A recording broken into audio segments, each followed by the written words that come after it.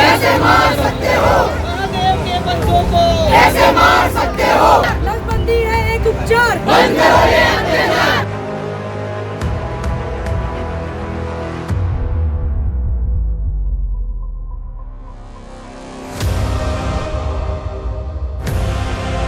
हमारी मांगे है कि या तो इसमें संशोधन किया जाए या इसे वापस लिया जाए। ये एक तुगलकी फरमान है। हम देखते हैं कि कई सालों तक रेपिस्ट पे कोई वो नहीं होता, एक्शन नहीं लिया जाता, कोई वर्डिक्ट नहीं आता, लेकिन आज इस एक चीज पे इन बेजुबानों के ऊपर इतनी जल्दी सुप्रीम कोर्ट ने एक बेंच बनाई और बहुत जल्दी वर्डिक्ट ले लिया, ऑर्डर पास कर दिया। ऐसा क्यों?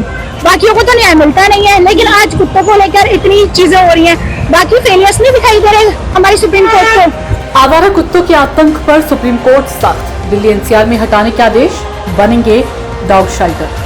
सुप्रीम कोर्ट ने आवारा कुत्तों के आतंक को गंभीरता से लेते हुए दिल्ली एनसीआर में उन्हें हटाने और आश्रय स्थलों में रखने के आदेश दिए हैं। कोर्ट ने कहा कि बाधा डालने वालों पर सख्त कार्रवाई होगी और सभी इलाके कुत्तों से मुक्त होने चाहिए।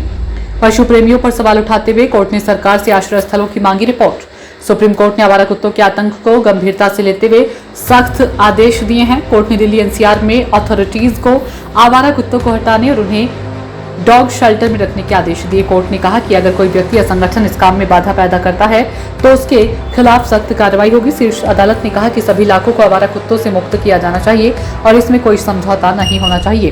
फिर एक बार आज सुप्रीम कोर्ट में आज आवारा कुत्तों के मामले पर सुनवाई 3 जजों की बेंच सुनेगी। सुप्रीम कोर्ट ने कहा था कि दिल्ली एनसीआर के कुत्तों को शेल्टर होम भेजें। सुप्रीम कोर्ट में दिल्ली एनसीआर के आवारा कुत्तों को पकड़कर शेल्टर होम भेजने के फैसले पर आज फिर से होगी सुनवाई। हम यहाँ कुत्तों की सेफ्टी के लिए आए हैं। जो सुप्रीम कोर्ट ने ऑर्डर निकाला है कि सारे कुत्तों को उठा के शेल्टर्स में पाउंड्स में भर दिया जाए, हम उसके अगेंस्ट यहाँ खड़े हुए हैं आज। हमारी मांगे है कि या तो इसमें संशोधन किया जाए या इसे वापस लिया जाए। ये एक तुगलकी फरमान है।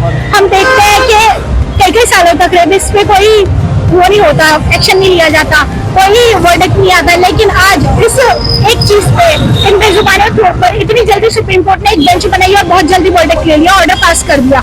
ऐसा क्यों? बाकियों को तो न्याय मिलता नहीं है, लेकिन आज कुत्तों को लेकर इतनी चीजें हो रही हैं। बाकी फेलियर्स नहीं दिखाई दे रहे हमारी सुप्रीम कोर्ट को कि कितने फेलियर्स हो रखे हैं, कितने रेप केसेस हो रखे हैं।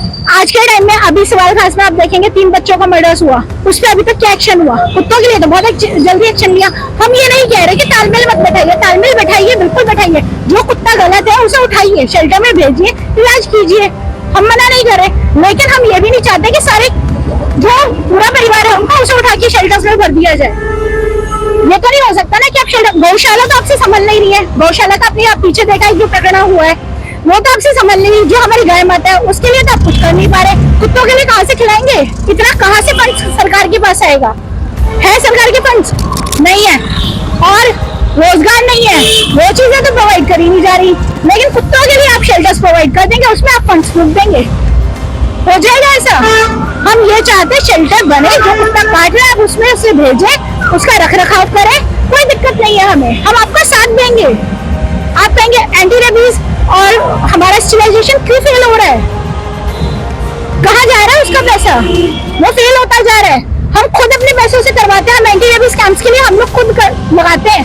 तो हम लोग तो चाहते हैं कि तालमेल इंसान में और इनमें बैठा रहे।